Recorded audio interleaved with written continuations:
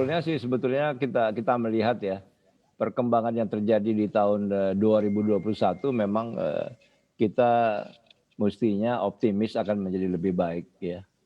Karena sebetulnya problem yang terjadi di Indonesia ini di otomotif itu tahun lalu sebetulnya di tahun 2020. Karena pada waktu itu betul-betul ambruk ya pasarnya, khususnya sejak pandemi ini. Dan kalau kita melihat apa yang dilakukan pemerintah sekarang, tentunya tentunya ini merupakan satu harapan yang betul-betul kita lihat mudah-mudahan ini akan bisa mengkatrol gitu. Karena kita mesti ingat kalau kapasitas produksi mobil Indonesia itu ada 2,3 juta per tahun ya. Dan memang pada waktu masih tahun 2019 itu kita berada di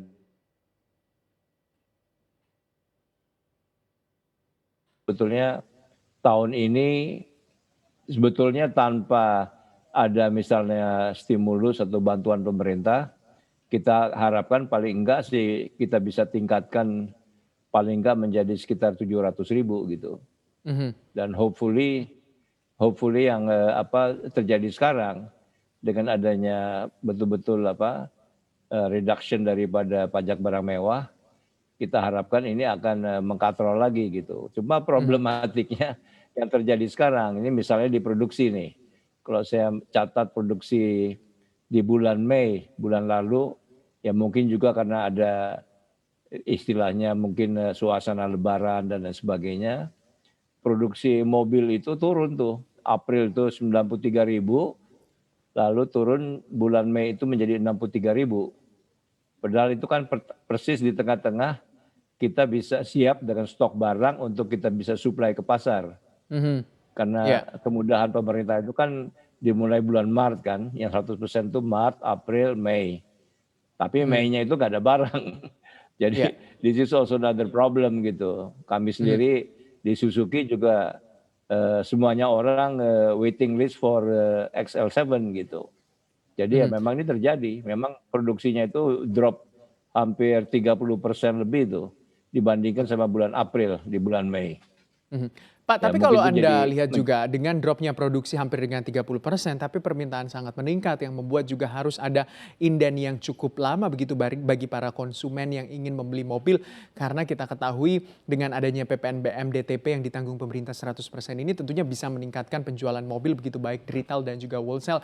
Tapi Anda lihat apa sebenarnya yang menjadi permasalahan utama sehingga terjadi penurunan produksi, Pak? Ya sebetulnya sih ya, pertama kalau di Indonesia kita kebetulan bulan Mei itu kan praktis kita bekerja normal itu kan kira-kira cuma setengah bulan ya. Jadi this is another problem.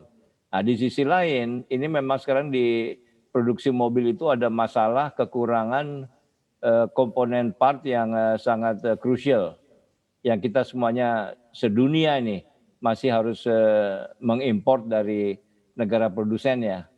Itu ada yang dari China, ada yang dari Taiwan. Nah ini banyak sekali sekarang production terhenti, termasuk di Jepang sendiri.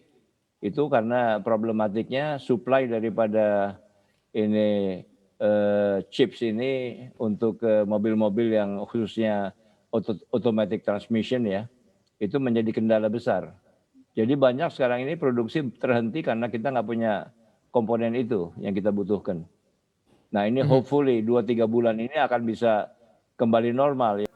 Jangan lupa untuk download aplikasi CNBC Indonesia yang tersedia di Play Store dan juga App Store untuk mengikuti terus perkembangan informasi seputar ekonomi dan bisnis terkini.